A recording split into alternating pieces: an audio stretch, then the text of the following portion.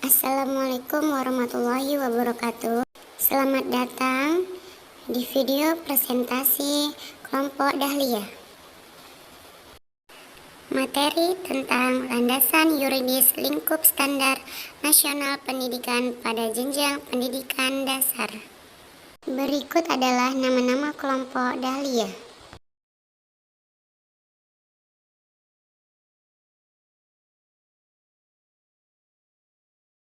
Yang pertama akan dijelaskan oleh Dela Andini tentang pengertian landasan yuridis pendidikan.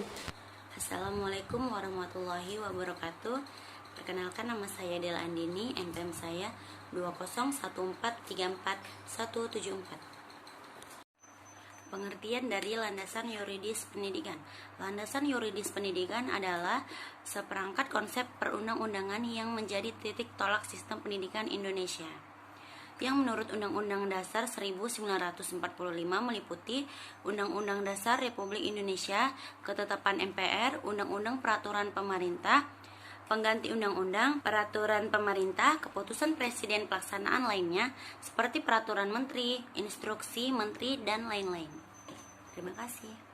Yang kedua akan dijelaskan oleh Efrita Zulaiha tentang konsep penerapan landasan yuridis pendidikan. Assalamualaikum warahmatullahi wabarakatuh. Nama saya Efrita Zulaiha, NPM 2014341002. Saya akan membacakan materi tentang konsep penerapan landasan yuridis pendidikan. Menurut pasal 31 ayat 1 menyebutkan setiap warga negara berhak mendapatkan pendidikan. Oleh karena itu, apabila suatu hal seseorang atau sekelompok masyarakat tidak bisa mendapatkan kesempatan belajar, maka mereka bisa menuntut haknya itu kepada pemerintah. Terima kasih. Yang ketiga akan dijelaskan oleh Imamatul Mursidah tentang penerapan landasan yuridis dalam pendidikan. Assalamualaikum warahmatullahi wabarakatuh. Nama saya Imamatul Mursidah, NPM 2014344061. Di sini saya akan mempresentasikan tentang penerapan landasan yuridis dalam pendidikan. Yang pertama, pendanaan pendidikan. Walaupun dalam amandemen Undang-Undang Dasar 1945 pasal 31 ayat 4 menegaskan bahwa negara memprioritaskan anggaran pendidikan sekurang-kurangnya 20% dari anggaran pendapatan dan belanja negara serta dari anggaran pendapatan dan belanja daerah. Untuk memenuhi kebutuhan penyelenggaraan pendidikan, akan tetapi dengan berbagai alasan dan pertimbangan sampai saat ini APBN kita belum mencapai 20%. Yang kedua, kompetensi guru atau konselor. Dalam proses belajar dan pembelajaran, guru merupakan salah satu faktor utama yang mengkondisikan terciptanya suasana kondusif. Proses transformasi ilmu dan pengetahuan akan berjalan sesuai fungsinya apabila guru menjalankan tugas dan tanggung jawabnya secara profesional. Guru dituntut untuk memiliki kompetensi dan dedikasi dalam menjalankan profesinya. Yang ketiga, desentralisasi pendidikan. Pemberian aksentuasi kepada pemerintah daerah dalam Undang-Undang Sidiknas diharapkan nantinya pengembangan pendidikan di tingkat lokal akan lebih efektif jika dikembangkan oleh pemerintah daerah bersama kelompok masyarakat. Sebab jenis kompetensi yang dibutuhkan bersama kelompok masyarakat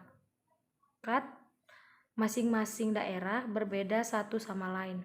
Itulah sebabnya pasal 50 ayat 4 disebutkan bahwa pemerintah kabupaten atau kota berkewajiban mengelola satuan pendidikan yang berbasis keunggulan lokal. Sekian presentasi dari saya, lebih dan kurangnya saya mohon maaf. Wassalamualaikum warahmatullahi wabarakatuh. Yang keempat akan dijelaskan oleh Ria Andini Harahap tentang jenis-jenis landasan yuridis pendidikan. Warahmatullahi wabarakatuh. Saya Ria Andini Harahap, NPM 2014344175 akan menjelaskan materi kami yang terdapat pada bagian jenis-jenis landasan yuridis pendidikan Indonesia. Landasan yuridis pendidikan Indonesia terdapat 6 jenis. Yang pertama, pendidikan menurut Undang-Undang Dasar tahun 1945. Yang kedua, Undang-Undang Dasar Republik Indonesia Nomor 20 tahun 2003 tentang Sistem Pendidikan Nasional. Yang ketiga, landasan yuridis pelaksanaan pendidikan global. Yang keempat, landasan yuridis pelaksanaan pendidikan nasional. Yang kelima, landasan yuridis pelaksanaan pendidikan daerah, dan yang keenam, landasan yuridis pelaksanaan pendidikan lokal.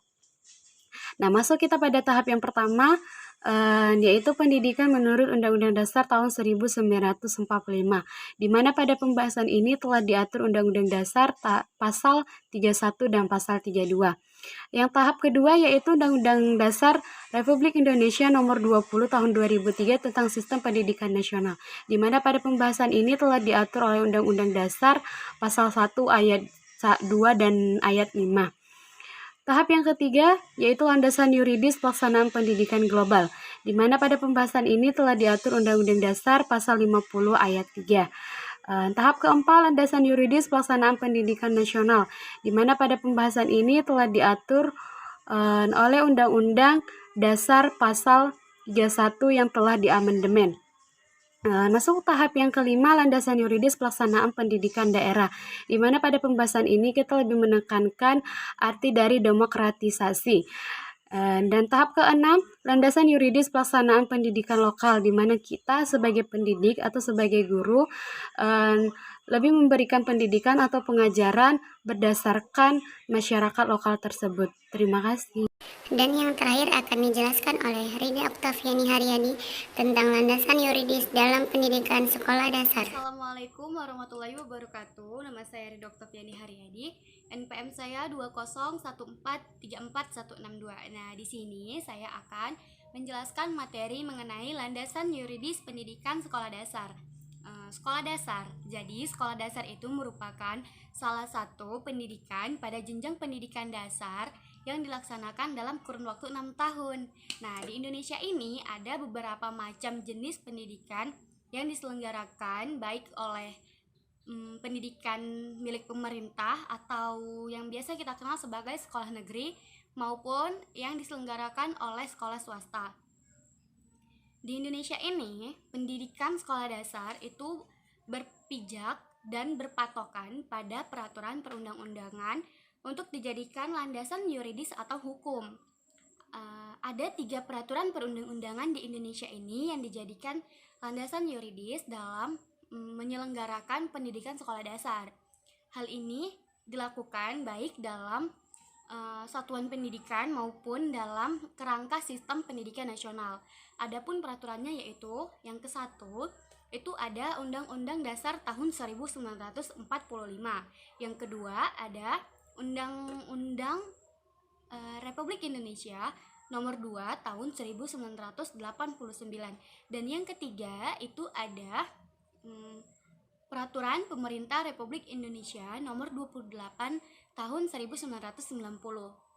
Jadi 3 peraturan ini tadi yang dijadikan landasan yuridis dalam pendidikan sekolah dasar di Indonesia.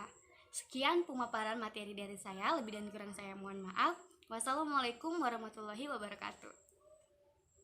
Baiklah, itu saja presentasi dari kami. Kami meminta maaf sebesar-besarnya jika ada kesalahan kata atau penyebutan kata. Terima kasih. Assalamualaikum warahmatullahi wabarakatuh.